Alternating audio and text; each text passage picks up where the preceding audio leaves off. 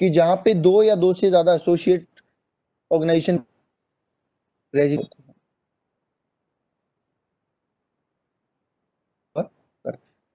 Second part हमने ये कहा था कि अगर एक एसोसिएट और एक नॉन एसोसिएट आपस में ट्रांजैक्शन करती है, एक एसोसिएट और एक नॉन एसोसिएट आपस में ट्रांजैक्शन करती है, जिसके लिए उस नॉन एसोसिएट का और दूसरी एसोसिएट का पहले से एग्रीमेंट हो रखा है, तो उसे भी हम इंटरनेशनल टैक्सेशन के डेफिनेशन में कवर करेंगे।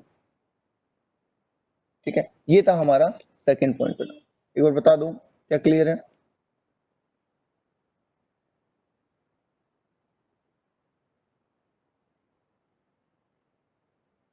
ओके, बोलो क्या डाउट है, बोलो डाउट बोलो भाई, क्या है आपका? सर तो क्या मतलब एक अगर वो जैसे अपन ने आपने जो एग्जांपल दिया था उसको लगा कि यूएसए की कंपनी ने किसी और का यूएसए की कस्टमर से डील करी तो सिंपल और सिमिलर हो गया। अब वो कहीं से माल मंगवाए से क्या मतलब है? आज आप कोई बिजनेस करेंगे तो अपन माल भी मंगवाएंगे से, तो आज से मतलब कि आवाज कहाँ से आवाज बहुत ज्यादा एसोसिएट कट रही है, आवाज बहुत ज्यादा कट रही है, कुछ भी मुझे सुनाई नहीं दे रहा है। एक बार दोबारा बोल दीजिए या फिर लिख दीजिए। सर ये बोल रही हूँ सर नहीं, ब्रेक हो रही है, आवाज कट रही है बार बार में। हेलो हेलो, दोबारा बोलिए एक बार। सर हाँ, अभी भी कट रही है बेटा आपकी आवाज।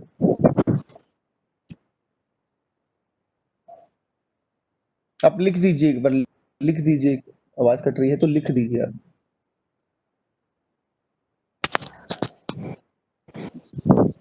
ठीक है, कॉल पे बाद में पूछ लेना ना, अभी तो क्लास में तो जाएगा। चलिए, और कोई किसी का डाउट है वहां तक? वहां तक किसी का कोई और डाउट है तो बोलो।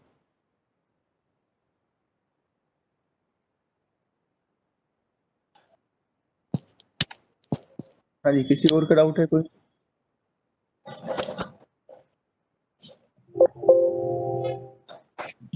नेटवर्क प्रॉब्लम है आज।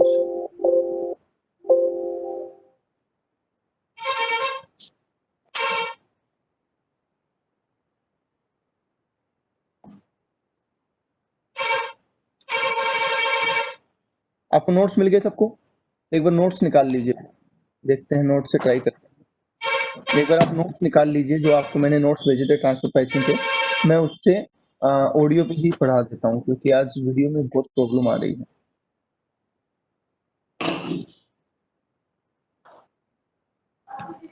ठीक है, सब बेटा माइक ऑफ कर लो।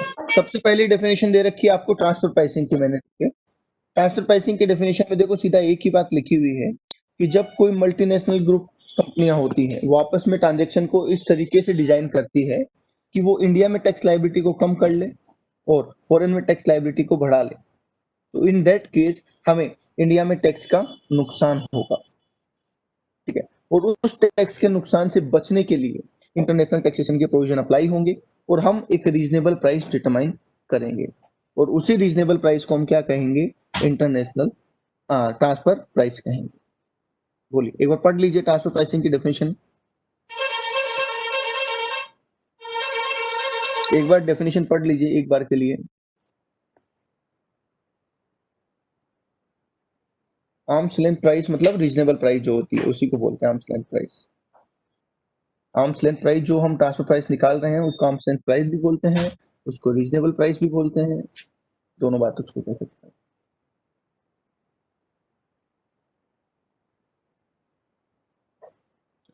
पढ़ लिया? फर्स्ट डेफिनेशन सभी पढ़ेंगे ट्रांसफर प्राइसिंग की, और इसमें कोई डाउट है तो बोलो, फिर आगे चलते हैं।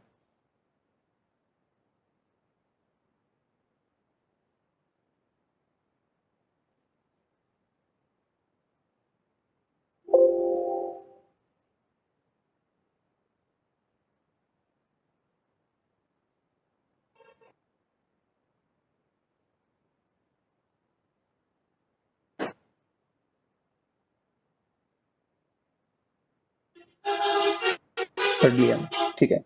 सेकंड डेफिनेशन इंटरप्राइजेस की दे रखी है। इंटरप्राइजेस को पढ़ना जरूरी नहीं है, इसमें सिर्फ इतना ही लिखा है कि आपकी जो ऑर्गेनाइजेशन के थ्रू आप काम कर रहे हैं उसे इंटरप्राइजेस कहा जाएगा। जिस भी ऑर्गेनाइजेशन के थ्रू आप अपना काम कर रहे हैं, बिजनेस कर रहे हैं, सर्विस प्रोवाइड करा रहे हैं, वो ऑर्गेनाइजेशन इंटरप्राइजेस माना जाएगा। इसके बाद आप आएंगे मीनिंग ऑफ इंटरनेशनल ट्रांजेक्शन पे। इसको इंपॉर्टेंट मार्क करेंगे और इसको पढ़ेंगे। Meaning of international transaction. International transaction means a transaction between two or more associate enterprises, either or both or whom are non-resident in nature of purchase हो सकता है, cell हो सकता है, सर्विस प्रोवाइडिंग हो सकता है, पैसा लेना हो सकता है, पैसा देना हो सकता है, इस तरीके का कोई भी ट्रांजेक्शन हो सकता है। ठीक है, खर्चों का बंटवारा करना भी हो सकता है, वो भी इसमें आता है। ये सारी चीजें इंटरनेशनल ट्रांजेक्शन में कवर।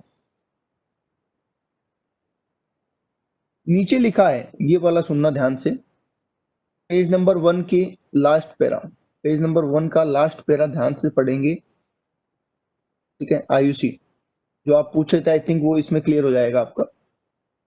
पेज नंबर 1 का last para. A transaction entered into by an enterprises with a person other than an associate enterprises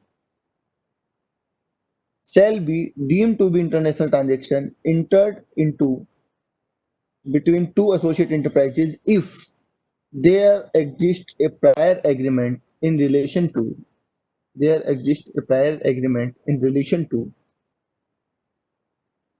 such transaction।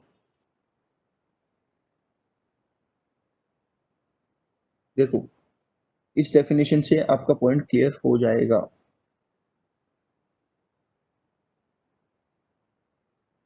International taxation जो ट्रांजेक्शन है उसकी डेफिनेशन आप सभी पढ़ेंगे एक बार, और बताइए कोई डाउट है क्या, क्योंकि इतना हम पढ़ चुके थे।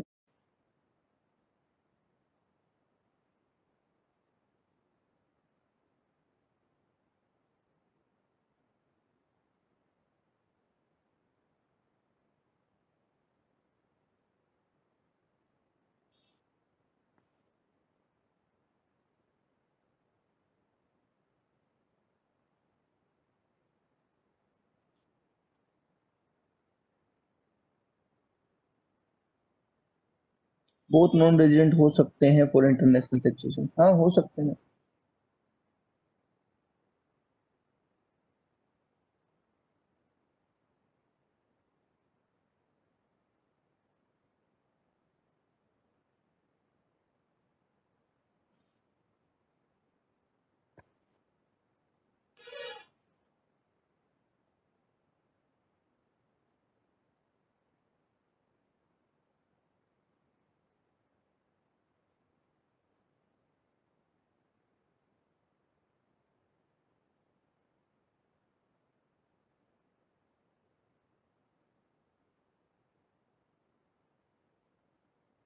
बोलिए, इंटरनेशनल टैक्सेशन पढ़ लिया सबने? डेफिनेशन पढ़ ली क्या?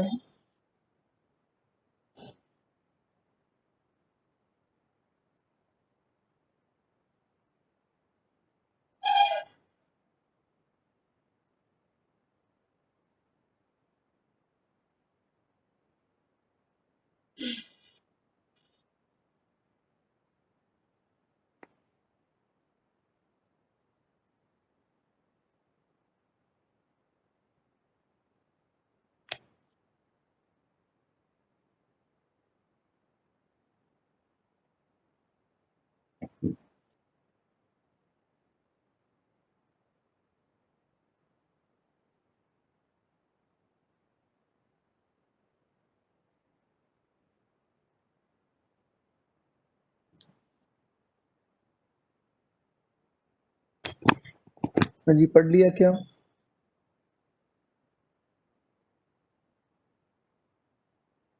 रिप्लाई करते रहे। देखिए, नेटवर्क प्रॉब्लम है, उसका सॉल्यूशन नहीं है अपने पास।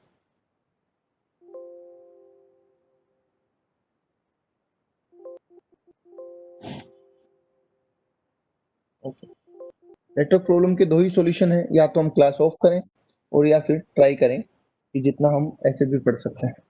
ठीक है, ऑफ करने का कोई सेंस नहीं है, हम पढ़ते हैं। स्पेसिफाइड डोमेस्टिक ट्रांजैक्शन, देखिए इसकी टेक्निकल लैंग्वेज में आप जाएंगे, अगर इसकी टेक्निकल लैंग्वेज में आप जाएंगे,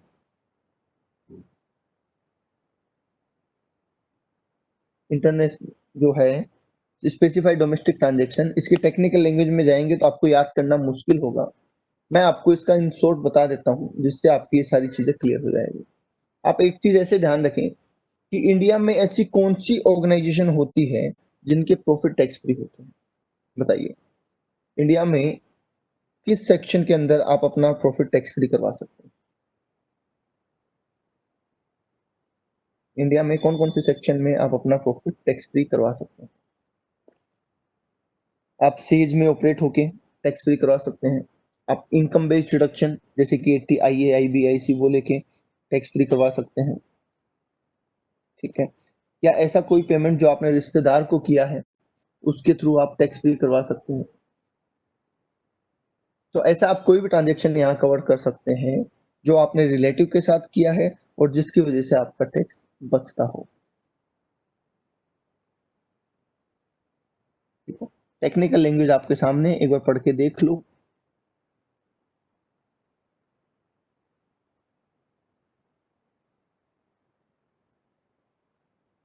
टेक्निकल लैंग्वेज आपके सामने है, एक बार पढ़ के देख लो। यहाँ पे एक सेक्शन लिखा होगा 40A2B, लिखा है 40A2B, ऐसा एक सेक्शन लिखा है यहाँ पे।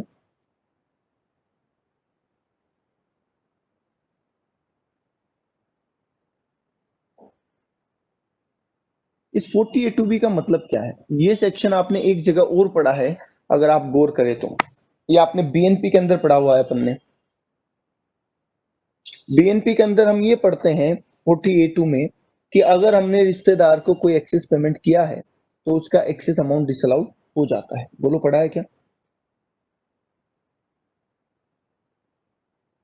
हाँ, पर वहां पे जो अब हमने ये सेक्शन पढ़ा था तो हम सिर्फ खर्चों की बात कर रहे थे, सिर्फ एक्सपेंसेस की बात कर रहे थे, और वो एक्सपेंसेस जो कवर होते हैं सेक्शन 32 लेके 38 तक, वो सेक्शन 30 to 38 में कवर होने वाले खर्चों पे है कि आपने वो एक्सपेंस अगर रिश्तेदार को किया है तो अनरीजनेबल अमाउंट डिसअलाउड हो जाएगा, ऐसा पढ़ा था। अब मुझे एक बात बताइए कि मैंने अपने किसी रिलेटिव को सस्ते में माल बेचा, कम रेट पे माल बेचा, क्या ये उस बीएनपी वाले सेक्शन में कवर होता है? मैंने अपने रिलेटिव को कम रेट पे माल बेचा, क्या ये मेरे सेक्शन 40A2 में जो हमने बीएनपी में पढ़ा था वहां कवर होता है? बोलिए, क्या वहां कवर होता है? नहीं, वहां कवर नहीं होता। क्यों? क्योंकि माल बेचना कोई खर्चा तो है नहीं, और वो सेक्शन तो किस पे लगता है? खर्चे पे लगता है, तो वो वहां कवर नहीं होगा। तो वो जो रिश्तेदार को माल कम रेट में बेचना हुआ वो कवर यहाँ होगा, उसके लिए भी हमें एएलपी निकालनी पड़ सकती है। डिफरेंस समझ में आया दोनों जगह पे?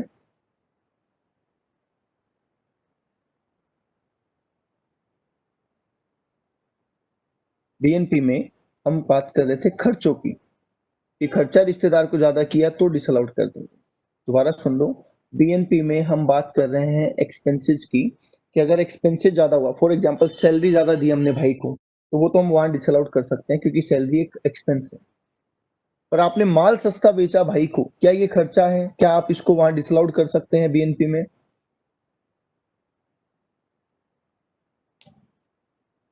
नहीं, आप इसको बीएनपी में ट्रीट नहीं कर सकते वहां पे माल सस्ता बेचने को, इसलिए उसको ट्रीट फिर यहाँ करना पड़ेगा, वो स्पेसिफाइड डोमेस्टिक ट्रांजेक्शन में आ जाएगा।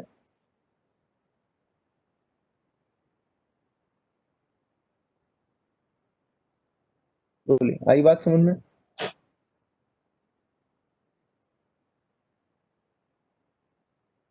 आपके मैसेज मेरे पास लेट आ रहे हैं, पता नहीं चल रहा कौन से सवाल का जवाब आप पहले दे रहे हैं। ओके,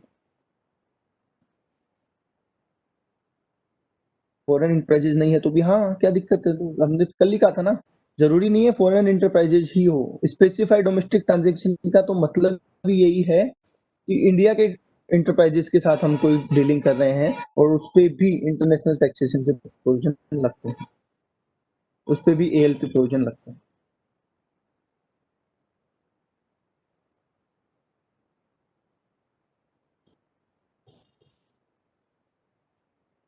और बोलिए, किसी का कोई डाउट है तो बोल दो, फिर मैं आगे चलता हूँ।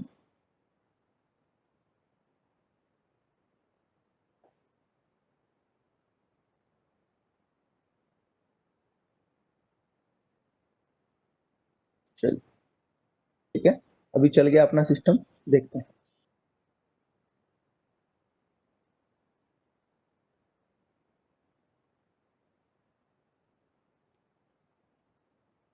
स्पेसिफाइड डोमेस्टिक ट्रांजेक्शन, ये रहा स्पेसिफाइड डोमेस्टिक ट्रांजेक्शन। क्या कह रहा है ये?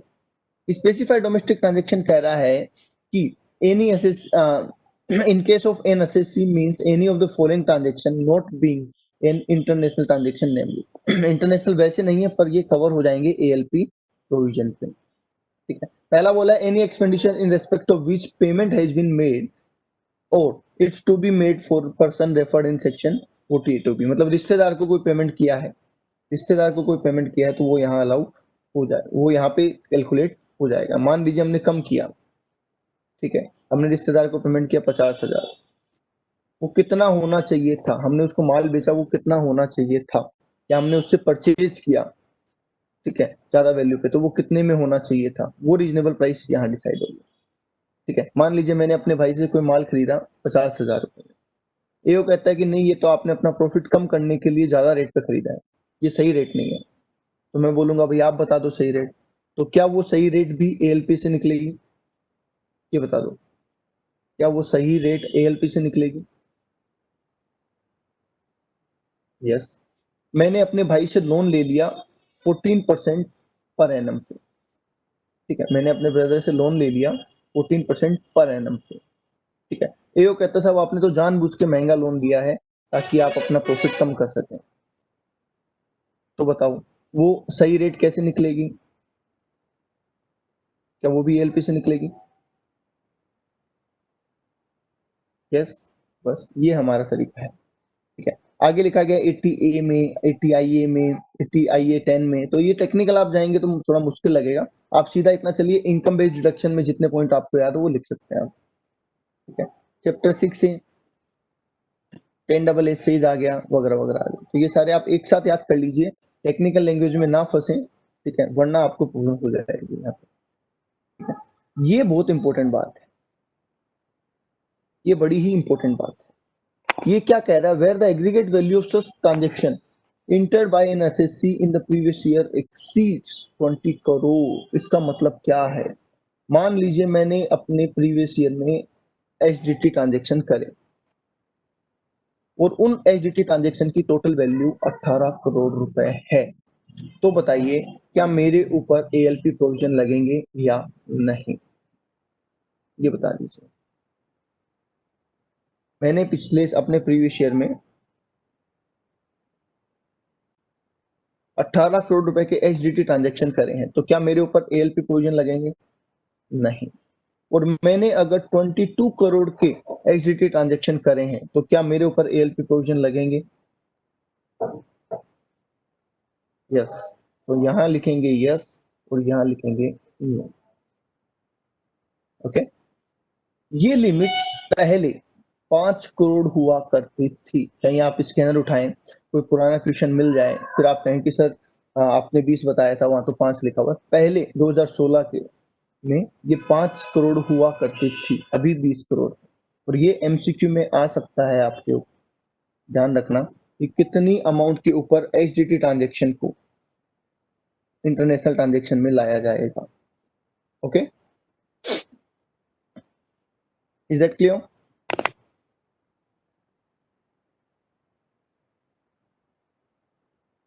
चलिए नेक्स्ट चलते हैं। सबसे इंपॉर्टेंट डेफिनेशन इस चैप्टर की, और वो है एसोसिएट इंटरप्राइजेस। सबसे इंपॉर्टेंट डेफिनेशन है इस चैप्टर की, एसोसिएट इंटरप्राइजेस। देखिए एसोसिएट मतलब 200 करोड़ से कम वैल्यू पर वेरिफिकेशन नहीं होगा। वेरिफिकेशन किस चीज का? वेरिफिकेशन किस चीज का? वेरिफिकेशन थोड़ी कर रहे हैं हम ये बोल रहे हैं कि जो ALP provision, transfer pricing provision HDT पे भी लगते हैं, और वो तभी लगते हैं जब एचडीटी की वैल्यू, हाँ, 20 करोड़ से ज्यादा, ठीक है। जैसे मैं कहता हूं कि साहब आप पे सरचार्ज लगेगा, ठीक है, ऋतुराज पे सरचार्ज लगेगा। कब लगेगा भाई? अगर आपकी इनकम 50 लाख से ऊपर है तो, ठीक है। तो मुझे बताओ, अगर आपकी इनकम 50 लाख या उससे कम है तो क्या आप पे सरचार्ज लगेगा? क्या आपकी इनकम नहीं लगेगा? और 50 लाख से ज्यादा है तो लगेगा? आप कहेंगे यस लगेगा। तो वैसे ही एप्लीकेबिलिटी में ये बोला गया है कि जो आगे की बातें हैं एएलपी प्रोविजन की, वो हम तभी करेंगे जब एचडीटी की वैल्यू 20 करोड़ से ज्यादा हो। अदरवाइज हम एएलपी की बात इन ट्रांजेक्शन के रिगार्डिंग नहीं करेंगे।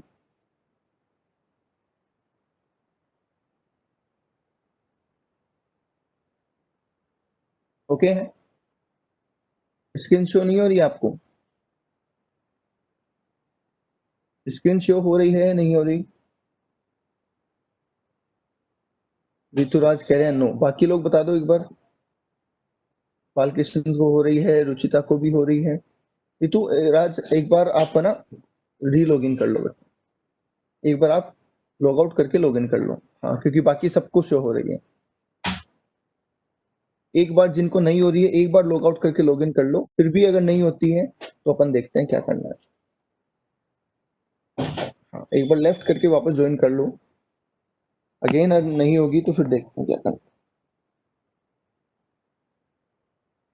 तो ये ऑनलाइन क्लासेस के कुछ फायदे हैं तो कुछ नुकसान भी है, सभी को मिलाते ही चलना पड़ेगा। इशू हो गई? इशू आ गई क्या?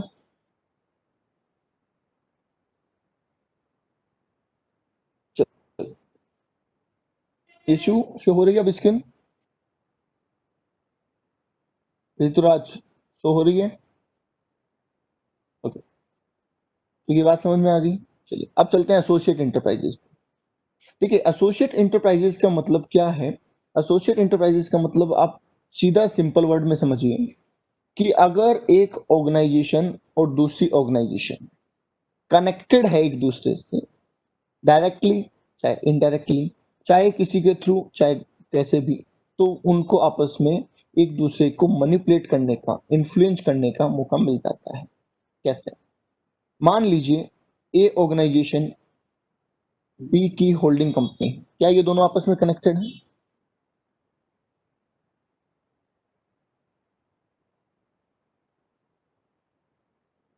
ठीक है, ए कंपनी बी कंपनी को सब्सिडी बना के रखती है, मतलब कि ए कंपनी के पास बी कंपनी के 26% या उससे ज्यादा शेयर है। ए के पास बी के 26 से ज्यादा शेयर है, तो क्या इन दोनों को एसोसिएट कहा जाएगा? यस, बिल्कुल कहा जाएगा। ए कंपनी के पास बी कंपनी के 26 है और सी कंपनी के भी 26 है, तो क्या ए और बी एसोसिएट है? बोलिए, क्या ए और बी एसोसिएट है?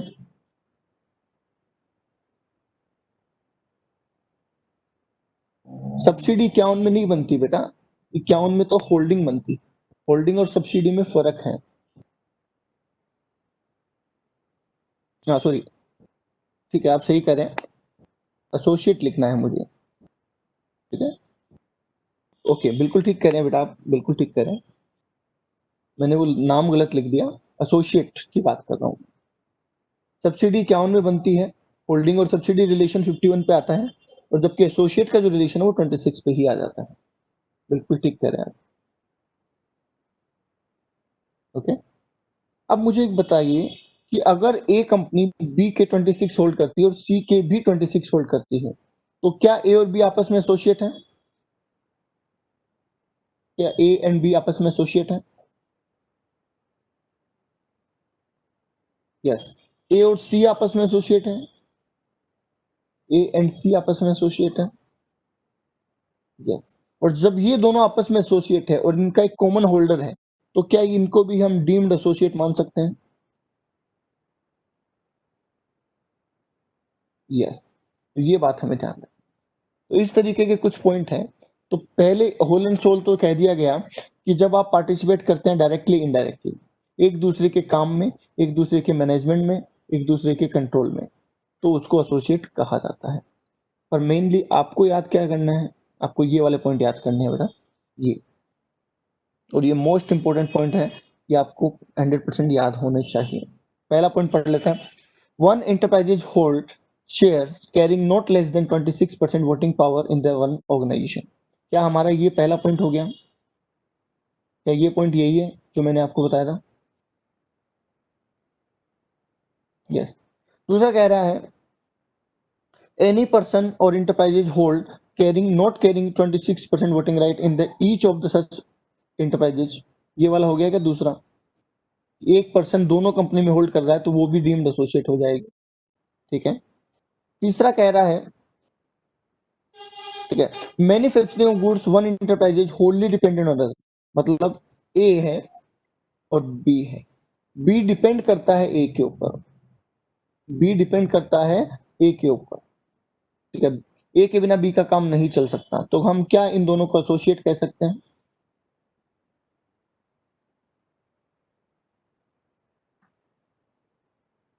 बोलिए, बी का काम ए के बिना नहीं चलता, तो क्या हम दोनों को एसोसिएट कह सकते हैं? यस। ए रॉ मटेरियल देता है बी को, ठीक है, तो वो तो कोई बड़ी बात नहीं है, सभी देते हैं रॉ मटेरियल तो एक दूसरे को, उससे क्या फर्क पड़ता है। पर ये 90% से भी ज्यादा रॉ मटेरियल इसी को देता है, तो क्या बी ए पे डिपेंडेंट है?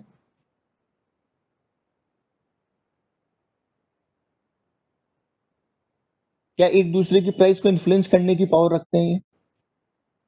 यस, तो इनको भी क्या माना जाएगा? एसोसिएट। ठीक है, एसोसिएट का मतलब आप ऐसा ना समझे कि कोई पर्सनल रिलेशन हो। एसोसिएट का मतलब ऐसा कोई भी रिलेशन जो आपको प्राइस मैनिपुलेट करने के लिए सपोर्ट कर दे, आपको अलाउ कर दे कि ठीक है आप प्राइस को मैनिपुलेट कर लीजिए, वो सारे रिलेशन यहाँ पे आ जाएंगे। ठीक है, चलिए, तो ये मैंने आपको बता दिया। Where one enterprise is controlled by an individual and other enterprise also controlled by such individual. ये कह रहा है कि ये बंदा है, ये ए को कंट्रोल भी करता है और बी को कंट्रोल भी करता है, तो क्या ये दोनों कंपनी आपस में एसोसिएट हो जाएगी? क्या ये दोनों में कोई भी ट्रांजेक्शन करवा सकता है?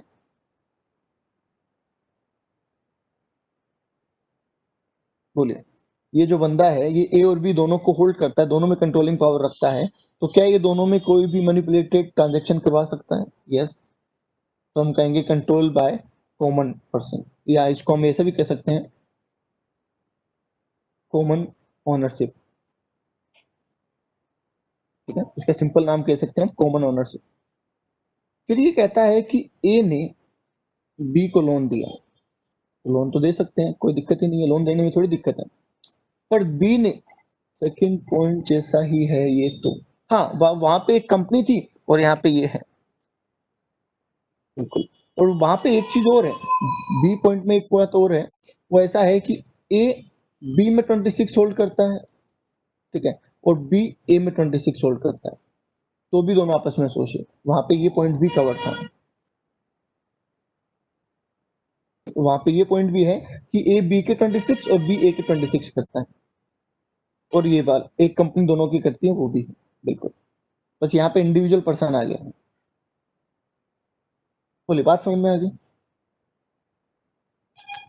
क्या आपने रियल लाइफ में ऐसा देखा है कि जिस बंदे से आपने लोन ले रखा है, आप उसके कहीं ना कहीं इन्फ्लुएंस में होते हैं थोड़े बहुत? रियल लाइफ में जिस बंदे से आपने लोन ले रखा है, जिसने आपको पैसा उधार दे रखा है, आप कहीं ना कहीं उसकी बातें जल्दी मान लेते हैं, वो कहता है ये काम कर दो, आप कहते हैं ठीक है सर कर दूंगा, ऐसा होता है? यस, क्योंकि अगर आपको ये डर लगता है कि अगर मैंने इसकी बात नहीं मानी तो कल को कह देगा मेरा पैसा लौटा दे, वो भी मैं कहाँ से लौटाऊंगा, मेरा काम चल रहा है इसकी वजह से। तो वैसा ही कुछ पॉइंट यहाँ डाला गया कि बी ने लोन ले रखे हैं, सपोज 60 करोड़ रुपए के लोन ले रखे हैं, ठीक है, टोटल। उस 60 करोड़ के लोन में से 40 करोड़ का लोन दे रखा है ए ने, लोन फ्रॉम ए। तो क्या ए ने 51% से ज्यादा लोन दे रखा है?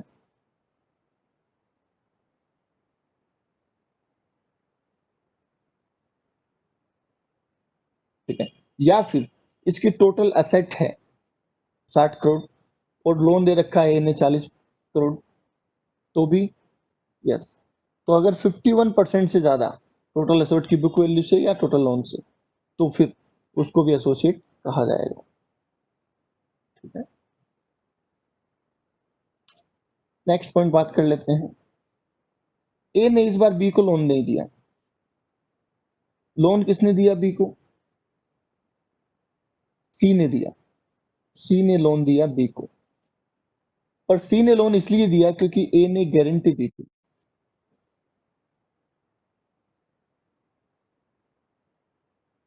10%। ठीक है, इसने कहा था कि मिनिमम 10% है, ज्यादा कितना भी हो सकता है। ए ने सी को कहा कि आप लोन दे दो, गारंटी मैं देता हूं, अगर पेमेंट नहीं हुआ तो मैं दे दूंगा। तो क्या ये दोनों आपस में एसोसिएट हो जाएंगे?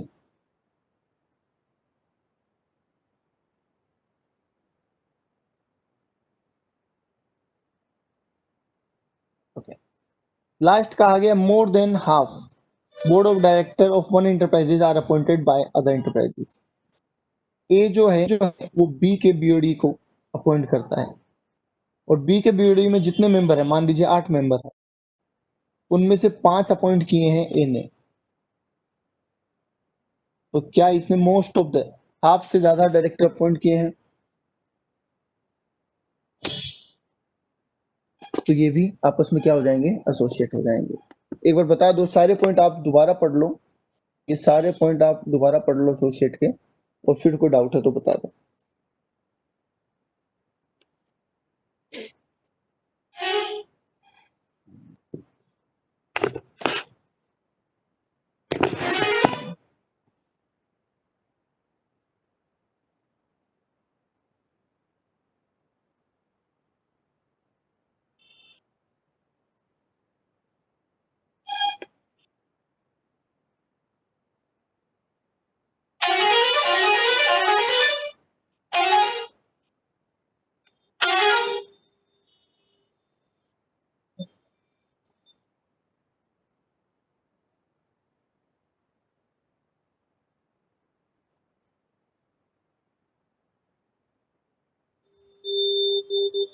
एक बार सारे पॉइंट पढ़ के बता दीजिए, कोई डाउट है क्या?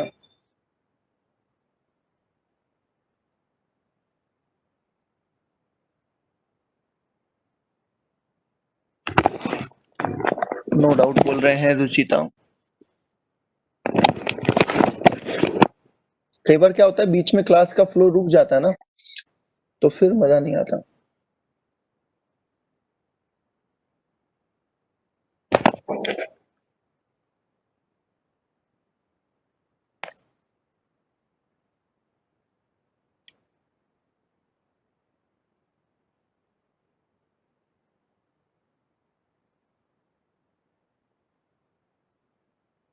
बोलो भाई, फटाफट बोल दो सभी लोग।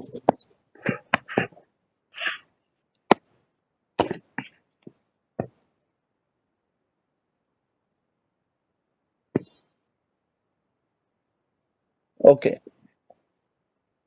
सर, क्या ये हर ट्रांजैक्शन के लिए देखा जाएगा? हर ट्रांजैक्शन के लिए कहाँ? ट्रांजैक्शन कहाँ है? ये तो सिचुएशन है, ये ट्रांजैक्शन थोड़ी ना है। ये सिचुएशन है। अगर दो ऑर्गेनाइजेशन के बीच में ये सिचुएशन अराइज होती है तो वो दोनों आपस में क्या हो जाएंगे? एसोसिएट हो जाएंगे।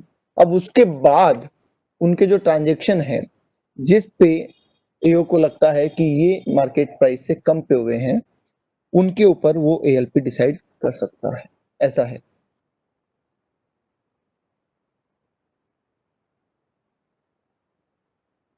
ट्वेंटी करोड़ की लिमिट देखेंगे, 20 करोड़ की लिमिट एचडीटी पे देखते हैं सिर्फ। 20 करोड़ की लिमिट सिर्फ एचडीटी पे देखते हैं बेटा। इंटरनेशनल जो ट्रांजैक्शन हमने ऊपर पढ़े थे उस पर कोई लिमिट नहीं है, वो तो अगर 2 लाख का है तो भी देखा जाएगा। ये छोटे छोटे डाउट आप क्लियर कर लो, मैं दोबारा कह देता हूं, सुन लो। हमारे पास 2 चीजें हैं जिनके ऊपर एएलपी प्रोविजन लगते हैं। ठीक है, मैं आपको एक फ्लो चार्ट से समझा देता हूं, चलो। कंफ्यूजन नहीं चाहिए अपने को माइंड में, छोटा सा भी। ठीक है, कंफ्यूजन हुआ तो प्रॉब्लम हो जाएगी।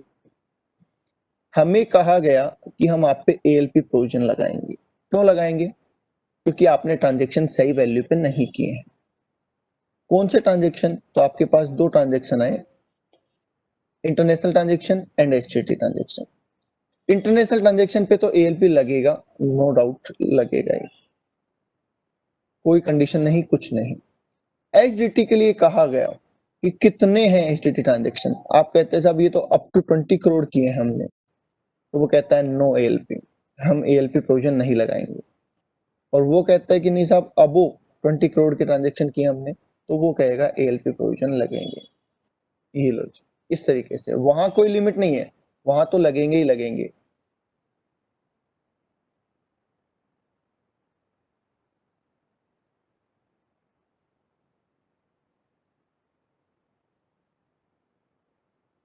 बोलिए, क्लियर है?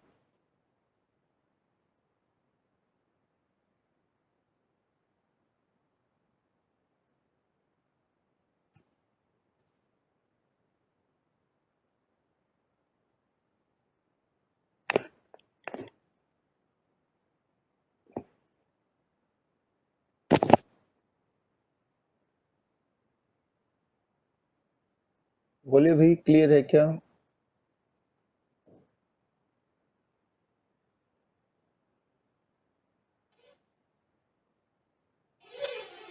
सिरसा की फुल फॉर्म, सिरसा किसने लिखा है?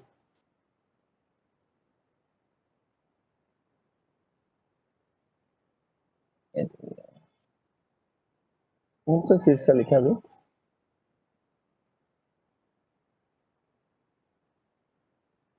HDT, specified domestic transaction, specified domestic transaction, जो अभी हम पढ़ के आए थे शुरू में। ओके, ऐसा एक सेम प्रोविजन आता है जब हम एएमटी पढ़ते हैं। अगर आप लोगों ने पढ़ा हो एएमटी, तो ऑल्टरनेट मिनिमम टैक्स पढ़ते हैं, तो ऐसी सेम एक चार्ट बनता है। ठीक है, चलो ओके। अब देखो, एएलपी प्रोविजन की वजह से जो इनकम इफेक्ट है वो कैसे आएगा, वो और समझ लेते हैं। बहुत अच्छा चार्ट बनाया हुआ है, आपकी बुक का ही चार्ट है, इसको हम थोड़ा सा समझते हैं। पहला ट्रांजेक्शन देखिए क्या है। Any income arising from international transaction shall be computed having regard to the ALP, कि इंटरनेशनल ट्रांजेक्शन से जो इनकम निकलेगी उसको हम एएलपी के थ्रू असेस करेंगे। ठीक है, अब देखो पहला ट्रांजेक्शन क्या हुआ। एक्स लिमिटेड रेजिडेंट है, सोल्ड किया गुड्स इन्होंने किसको, एसोसिएट एक्स वाई कॉर्पोरेशन को। ठीक है, ये फॉरेन कंपनी है, कितने रुपए का, 5 लाख रुपए का माल बेचा है, जबकि एएलपी प्रोविजन में उसकी रेट आ रही थी 9 लाख। 9 लाख का माल इन्होंने अपने एसोसिएट को 4 लाख में बेच दिया। बताओ क्या फर्क पड़ेगा इस ट्रांजेक्शन से? आंसर देखे बिना बता दो। इंडियन कंसर्न ने फॉरेन कंसर्न को सेल किया 4 लाख, जबकि उसकी मार्केट वैल्यू 9 लाख रुपए। तो बताइए हम किसकी इनकम में एडजस्टमेंट करेंगे और क्या करेंगे? क्या हम इंडियन कंसर्न की इनकम एडजस्ट करेंगे या फिर हम फॉरेन इनकम की एडजस्ट करेंगे? 4 लाख से इनकम इंक्रीज होगी, बोलो भाई किसकी, इंडिया वाले की या फॉरेन वाले की?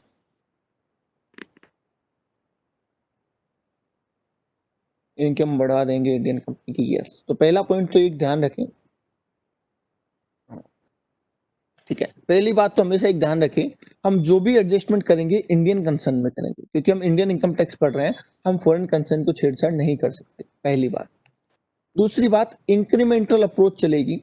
उसने 5 लाख की सेल दिखाई, कितने की दिखाई थी? 5 लाख की, ओके। तो मुझे बताओ, क्या 5 लाख पे तो टैक्स दे ही चुका है वो? 5 लाख की इनकम पे जो टैक्स बनता था खर्चे काट के, वो तो दे ही चुका है, वो दे चुका है क्या 5 लाख की इनकम पे तो टैक्स?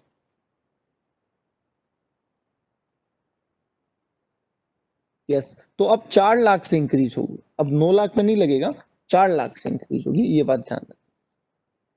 आई थिंक बड़ा सिंपल है। चलिए दूसरे केस पे आ जाओ।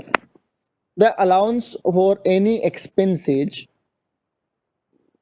और interest shall be determine having to the ALP. ये भी बात सही है कि किसी खर्चे की जो अलाउबिलिटी होगी वो भी किस पे होगी, एएलपी पे होगी, जैसे अभी मैंने लोन वाला बताया। रिवाइज्ड इनकम शो करना होगा। बेटा वो एओ अपना आप कर देगा, क्योंकि ये प्रोसीडिंग जो चल रही है ना, ये एओ के हैंड में चल रही है, ये एओ के हैंड में चल रही है, तो एओ एडिशन अपने आप कर देगा। समझ गए? ये कैलकुलेशन कौन कर रहा है? असेसिंग ऑफिसर कर रहा है, तो वो एडिशन अपने आप कर देगा, आपको कुछ भी शो नहीं करना है। ठीक है, चलिए अब सुनो ध्यान से क्या कह रहा है दूसरा case. R limited taken a loan, R limited ने एक लोन लिया है। मैं इसको थोड़ा बड़ा कर दूं ताकि आपको और अच्छे से दिख जाए। ठीक है, आर लिमिटेड ने एक लोन लिया है, कितने रुपए का? 20 लाख रुपए का। किस रेट पे? 20% की रेट पे। ठीक है, जबकि जो रीजनेबल रेट है वो 12% होती है। तो बताओ क्या होगा?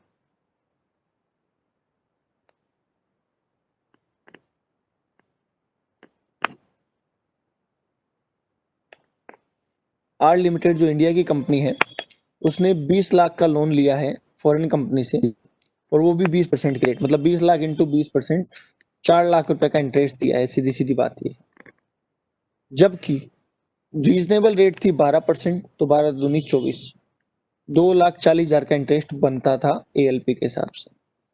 तो क्या इन्होंने एक्सेस एक्सपेंसेस किया है?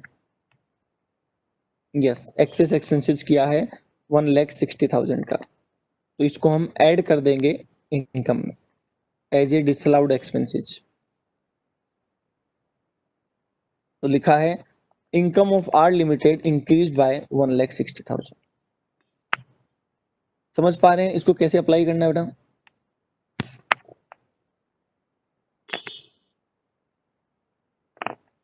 बोलिए, दोनों केस समझ पा रहे हैं? ठीक है, क्योंकि अगर समझ पा रहे हैं तो ये फिर अपना लास्ट में काम इतना ही बचेगा, एलपी निकालना, बस बाकी चीजें ठीक है। चलिए तीसरे केस में आते हैं। तीसरा केस भी सुनो। वेयर एन इंटरनेशनल ट्रांजेक्शन या एचडीटी ले लो, two or more associate enterprises enter into mutual agreement for any apportionment of any cost, the cost shall apportionment will be determine regard to the ALP. इसका मतलब क्या है मैं आपको अलग से समझा देता हूँ। मान लीजिए एक कंपनी है टाटा यूएसए, ठीक है, इसको एक प्रोजेक्ट मिलता है, इसको एक प्रोजेक्ट मिलता है, और इस प्रोजेक्ट में जो खर्चा होगा, जो कॉस्ट आएगी, वो 100 करोड़ रुपए की आएगी। अब ये प्रोजेक्ट सिर्फ टाटा यूएसए ने नहीं किया, इसमें टाटा इंडिया जो था वो भी पार्टिसिपेंट बना, एक जापानी कंपनी भी पार्टिसिपेंट बनी, और एक यूके की कंपनी भी पार्टिसिपेंट बनी। तो खर्चे भी बांट रहे हैं और इनकम भी बांट रहे हैं, ये मान लीजिए आप। तो पहले इन्होंने इनका हिसाब कर दिया जापान वाले का, फिर इन्होंने यूके वाले का हिसाब कर दिया, फिर लास्ट में बचा खुद का हिसाब। 20 करोड़ का इनको दे दिया, सपोज 20 करोड़ का इनका दे दिया, खर्चा पोर्स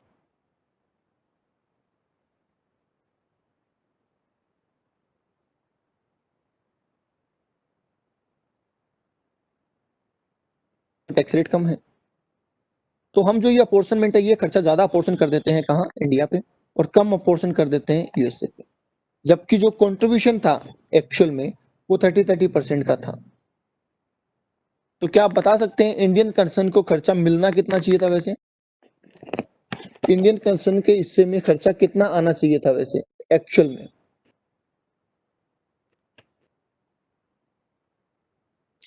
30 करोड़ का आना चाहिए था, क्योंकि उसकी हिस्सेदारी 30% थी, जबकि इन्होंने मैनिपुलेशन करके कितना कर दिया?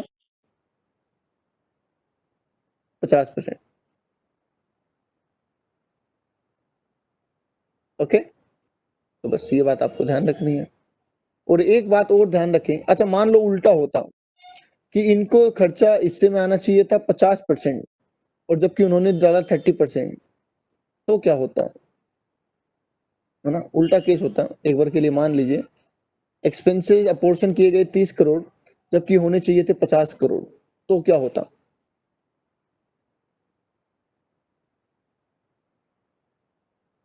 तो ध्यान से सुन लो, तो कुछ भी नहीं होता, क्योंकि जहां पे नहीं, हाँ, तो कुछ भी नहीं होता, क्योंकि जहां पे गवर्नमेंट को नुकसान होता है टैक्स का, वहां पे गवर्नमेंट कहती है कि साहब इंटरनेशनल टैक्सेशन क्या होता है, एएलपी क्या होती है, हम तो जानते ही नहीं है, ठीक है, कुछ नहीं करेंगे, नथिंग। ओके, चलिए। एन इंटरप्राइजेज इन जर्मनी, कहाँ है, Germany, makes a research on a new product and incurred ₹50 lakh, 50 lakh का खर्चा हुआ है जर्मनी में। सुनो, out of this 40 lakh has been allocated to its Indian associate। उन्होंने क्या बोल दिया कि साहब खर्चा कहाँ है, हमारे इंडियन एसोसिएट के रिगार्डिंग है 40 लाख का। तो 50 में से 40 का अपोर्शन किसको कर दिया, इंडियन कंसर्न को कर दिया। While computing the income of Indian enterprises, it will be required to be examined whether the Indian enterprises is deriving proportionate benefit to such research expenditure allocated। मतलब कि आपने 80% खर्चा तो इंडियन कंसर्न को दे दिया, पर क्या इंडियन कंसर्न को 80% फायदा भी हो रहा है क्या उस रिसर्च से? अगर हाँ, तब तो ठीक है, और अगर नहीं तो वो खर्चा हम उतने प्रोपोर्शन में डिसअलाउ कर देंगे। If no such benefit is available to the Indian enterprises, total income of such enterprises be increased by disallowed proportionate allocated cost। बोलिए, बात समझ में आ गई? इन्होंने फिगर नहीं डाली है, इन्होंने प्रोविजन समझा दिया है। फॉर एग्जाम्पल, कॉस्ट तो आपने 80% डाल दी, और जो प्रॉफिट है उस रिसर्च का वो 50% ही हो रहा है आपको। तो बता सकते हैं कितना अमाउंट डिसअलाउड करेंगे हम, allowed करेंगे?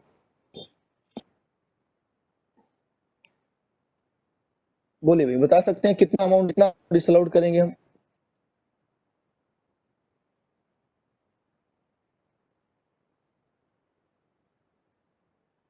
15 करोड़ रुपए। कि हमने फायदा तो उठाया 50 लाख की रिसर्च में से, ठीक है, हमने फायदा तो उठाया 50 लाख की रिसर्च में से। सर नहीं समझ आया एग्जाम्पल ये बोला हुआ है। अच्छा, मुझे एक बात बताओ, मैं तुमको देसी भाषा में समझा देता हूँ ना। वोडाफोन है, ठीक है, वोडाफोन जानते हो? अभी नया नाम हो गया ना इसका, VI, वोडाफोन आइडिया, ठीक है। इसने एक रिसर्च करी, ठीक है, क्या इस रिसर्च का फायदा उसको इंग्लैंड में भी होगा और इंडिया में भी होगा क्या? क्या इस रिसर्च का फायदा इंडिया और इंग्लैंड दोनों में होगा? आप कहते हैं यस। इस रिसर्च पे इन्होंने 50 लाख रुपए खर्चा किया, कॉस्ट आई 50 लाख, ठीक। क्या ये कॉस्ट दोनों जगह बटेगी, इसके इंडियन बिजनेस में और इंग्लैंड में? अपन तो एक बार ये मान लेते हैं, बाकी कंट्री को नहीं देख रहे हैं अपन। क्या ये कॉस्ट दोनों जगह बटनी चाहिए? यस। इन्होंने बांट दी, इन्होंने कहा 40 लाख इंडिया में फायदा मिलेगा हमें इसलिए, और इंग्लैंड में कम मिलेगा इसलिए 10 लाख, इन्होंने ऐसे अपोर्शनमेंट कर दिया। बाद में जब स्टडी की गई तो पता चला कि फायदा इक्वली हुआ है, रिसर्च का 50% फायदा इंडिया में हुआ, 50% इंग्लैंड में हुआ। तो मुझे बताओ, इंडियन कंसर्न को कितनी कॉस्ट अलोकेट होनी चाहिए थी एक्चुअल में?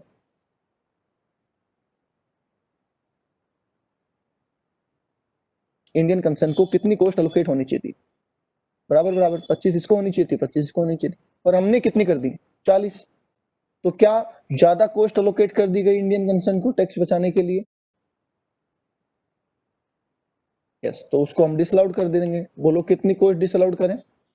15 की। तो बस ये रहा।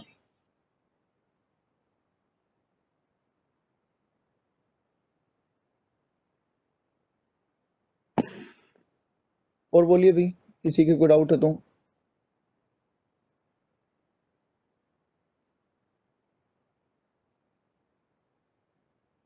ठीक है, ये लास्ट पॉइंट पढ़ लो, ठीक है, प्रोविजन पढ़ेंगे। ये लास्ट पॉइंट पढ़ लेते हैं, फिर कल अपन एएलपी प्रोविजन को कैलकुलेट करना सीखेंगे।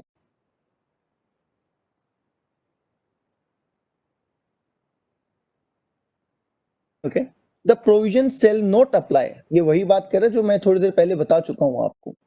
The provision shall not apply in a case where it has been effect of reducing the income chargeable to tax। ऐसा इफेक्ट डाले कि आपकी इनकम कम हो या आपके लॉस बढ़े, तो उस केस में आपको भूल जाना है कि एएलपी प्रोविजन होते क्या है। तो अभी थोड़ी देर पहले बताया था ना कि गवर्नमेंट को अगर लगता है कि इस प्रोविजन से तो हमें नुकसान होगा, तो वो कहते हैं साहब हम तो जानते नहीं एएलपी प्रोविजन क्या होते हैं, कैसे होते हैं, किसके होते हैं। ठीक है, एग्जाम्पल और देख लो, एग्जाम्पल भी देख लो भाई। एक्स लिमिटेड रेजिडेंट है, उन्होंने माल बेचा to its associate enterprises X Y को। 5 लाख का माल जो बेचा वो कितने में बेच दिया? 5 लाख में बेचा 3 लाख का माल। बोलिए, 5 लाख का माल, 5 लाख में बेचा 3 लाख का माल, जो 3 में बिकना चाहिए था उसको 5 में बेच डाला। इससे इंडियन इनकम पे क्या फर्क पड़ेगा? बोलो, इंडियन इनकम बढ़ेगी या घटेगी? एसएससी ने जो काम किया है उससे इंडियन इनकम बढ़ी है या घटी है?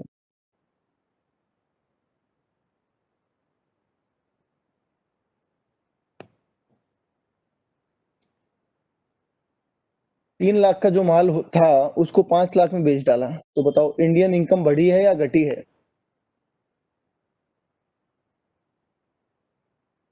इंक्रीज हुई है। तो इंक्रीज हुई है तो क्या गवर्नमेंट को कोई परेशानी? क्या गवर्नमेंट बोलेगी कि नहीं साहब इंक्रीज मत करो? क्या इंडियन गवर्नमेंट कहेगी कि नहीं नहीं ऐसा मत करो? नहीं, वो तो कहेगी बढ़िया है ना, इंक्रीज हुई है तो होने दो, हमें तो टैक्स ज्यादा मिलेगा। ऐसा एसएससी क्यों करेगा? बताएंगे अभी क्यों करेगा। The provision of transfer pricing not applicable, no impact, बात खत्म। ठीक है, अब आप पूछ रहे हैं साहब एसएससी ऐसा क्यों करेगा? देखो, एसएससी ऐसा कोई इसलिए नहीं कर रहा कि उसको टैक्स से कोई लेना देना है। मेरा सामान मेरे पास, ठीक है, मेरे पास एक कार है सपोज, ठीक है, एक बायर आता है मेरे पास खरीदने के लिए, क्या मैं उससे रेट ज्यादा नहीं बताऊंगा? एक बार ये मान लो, क्या मैं उसे रेट ज्यादा नहीं बताऊंगा? मुझे डिपार्टमेंट से कोई मतलब नहीं है, मैंने उसे बोला साहब 6 लाख में बेचूंगा, जबकि मार्केट वैल्यू 3 लाख की है इसकी, और वो कह रहा साहब 6 लाख, मैं तो कहा 6 लाख में बेचूंगा। उसने कहा नहीं 6 में नहीं सर 5 लाख में दो। मैंने कहा ठीक है ले जाओ, मैंने 5 लाख में उसको माल बेच दिया। ठीक है, मार्केट वैल्यू 3 ही लाख थी, पर सामने वाले को नहीं पता था, मुझे ज्यादा रेट मिल रही थी, तो मैं क्यों ना बेचूं भाई। सारे काम टैक्स चोरी के लिए थोड़ी होते हैं, सारे ट्रांजेक्शन टैक्स चोरी के लिए ही थोड़ी होते हैं। जेन्युइन ट्रांजेक्शन है बस उसकी रेट है ज्यादा, इनकम टैक्स वालों के हिसाब से उसकी रेट कम होती है और उसके हिसाब से उसकी रेट ठीक है, तो इनकम टैक्स वाले इंटरफेयर नहीं करते। But this will happen in non associate, कोई जरूरी थोड़ी है भाई, समझा नहीं तुम, इस बात को आप ऐसे समझो।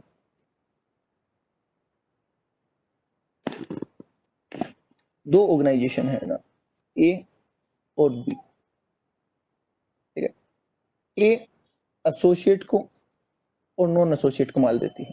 ठीक है, इसकी कॉस्ट है सपोज 5 लाख रुपए किसी चीज की, वो एसोसिएट को भी देती है 10 लाख में, नॉन एसोसिएट को भी देती है 10 लाख। ठीक है, ओके, और एक ये है, इसकी कॉस्ट है, ये एसोसिएट को भी देती है और नॉन एसोसिएट को भी देती है। ठीक है, कॉस्ट वही 5 लाख रुपए, एसोसिएट को ये दे देती है 6 लाख में और नॉन एसोसिएट को दे देती है 10 लाख में। अब मुझे बताओ क्या यहाँ पे गवर्नमेंट को नुकसान हो रहा है? एएलपी और लिख देता हूँ चलो मैं, एएलपी इसकी है 8 लाख रुपए और यहाँ पे एएलपी भी है 8 लाख। अब ध्यान से समझना, पहले केस में लेते हैं, क्या गवर्नमेंट को कोई परेशानी है फर्स्ट केस में? ये बताओ, गवर्नमेंट ने ये साइज पता लगाई, क्या गवर्नमेंट को कोई परेशानी है कोई? नहीं, क्योंकि 8 लाख का जो माल मार्केट वैल्यू थी वो 10 में बेच रहा है, एसोसिएट को भी बेच रहा है, नॉन एसोसिएट को बेच रहा है, उससे क्या फर्क पड़ता है? गवर्नमेंट को कोई नुकसान हो रहा है? नहीं, तो क्या ये एएलपी प्रोविजन लगाएंगे? नहीं लगाएंगे। क्या एसएससी को बोलेंगे कि नहीं भैया हम तेरी इनकम बढ़ाएंगे? बिल्कुल नहीं। इस केस में क्या गवर्नमेंट को नुकसान हो रहा है? हाँ हो रहा है, ठीक है, गवर्नमेंट को नुकसान हो रहा है,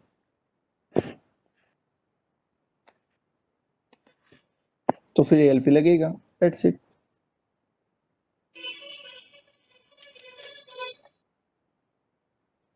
सर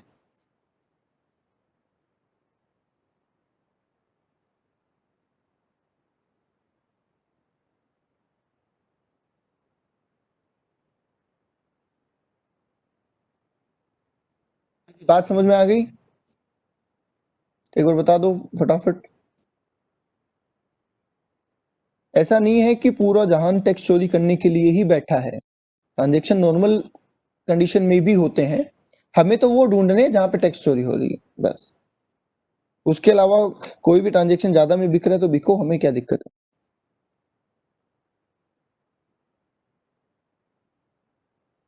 आई बात समझ में? चलिए आज के लिए इतना ही, थैंक यू। कल हम सीधा एएलपी निकालने पे फोकस करेंगे, उसके अलावा यहां तक की थ्योरी